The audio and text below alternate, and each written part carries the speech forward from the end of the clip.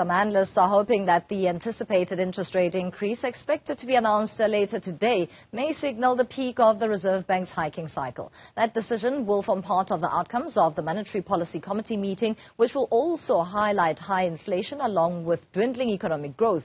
To expand on this, we are joined by Chief Economist at FNB, Mamello Matikinca Ngwenya. Thank you so much for your time, Mamello. We got that inflation number, CPI dropping to 6.8%, but unfortunately, it is rather still too high. Talk us through what that reading tells us. Good morning to Misang and to all the viewers. So I think, we've been expecting inflation to moderate, and I think yesterday's moderation in the headline was somewhat better than what we were forecasting as FNB. Food inflation is continuing to ease, but it remains elevated. We're also seeing that fuel inflation is also moderating, but I think the point is, even in that moderation, those big components within the inflation basket remain still relatively sticky.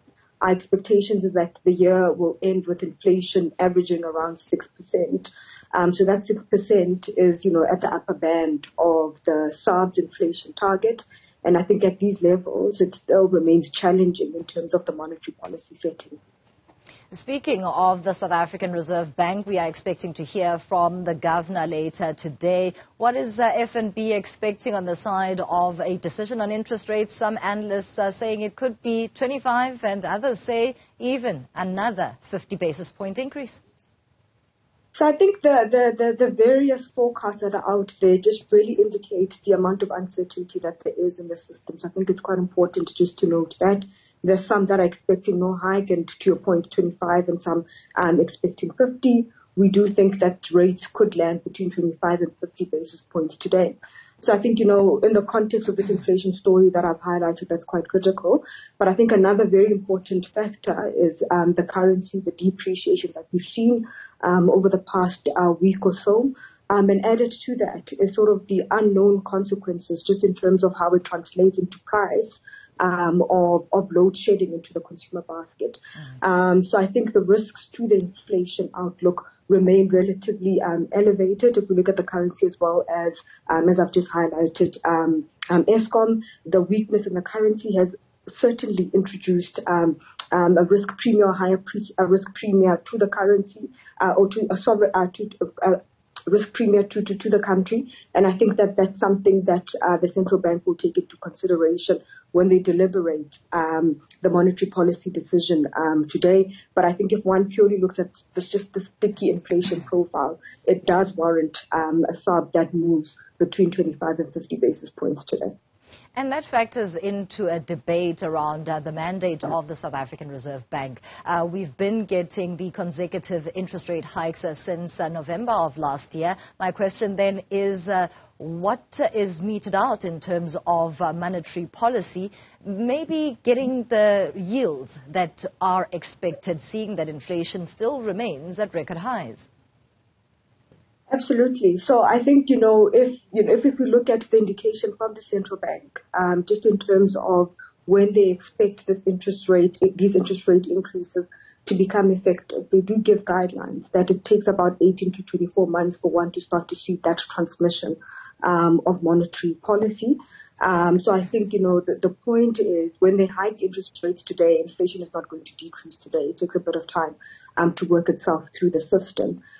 We've also had sort of these external risks that add to inflationary pressure, which is a currency that is depreciated, and the direct consequence of that we tend to feel through the petrol price, but it does permeate into other components within the inflation basket, through the imported inflation.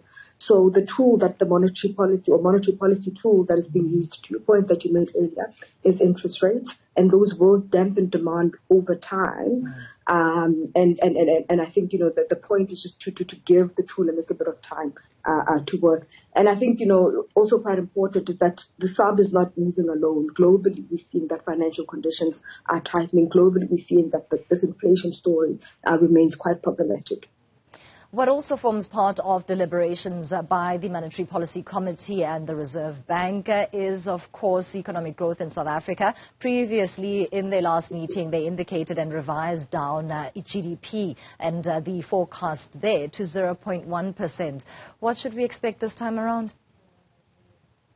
So just in terms of their growth expectations, it will be interesting to see if they've made further downward revisions. I think if we just revisit the reason for the big revisions this year that they've made, earlier in the year they indicated that the intensity of load shedding was one of the key considerations. And as we move into winter, there's a lot of uncertainty about whether South Africa will be facing stage 8 load shedding and how long that intensity of load shedding will last. So that is, I think, a risk to the growth outlook. But if we just circle back to the interest rate hikes that we've seen, one can also argue there that those are going to obviously dampen demand, they're going to obviously dampen household consumption expenditure, and that should have consequences for economic growth. So as FNB, if they do move by 50 basis points today, one could expect an outright contraction in economic activity or GDP growth this year. And we think that the extent of interest rate increases will weigh on consumer activity, that compounded by, this load shedding that we're seeing and the uncertainty around it.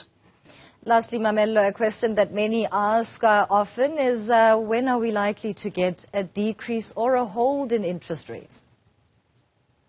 Yeah, so I think that's an interesting question. So I think a hold in the interest rate will be a function of the central bank seeing that the interest rate increases that they've passed on so far are having the desired impact. So when they are convinced that there is a deceleration in inflation, I think the global context is also quite important. We do think that we are edging towards a peak in the tightening cycle globally, and downsizing will probably start in 2024, towards 2024.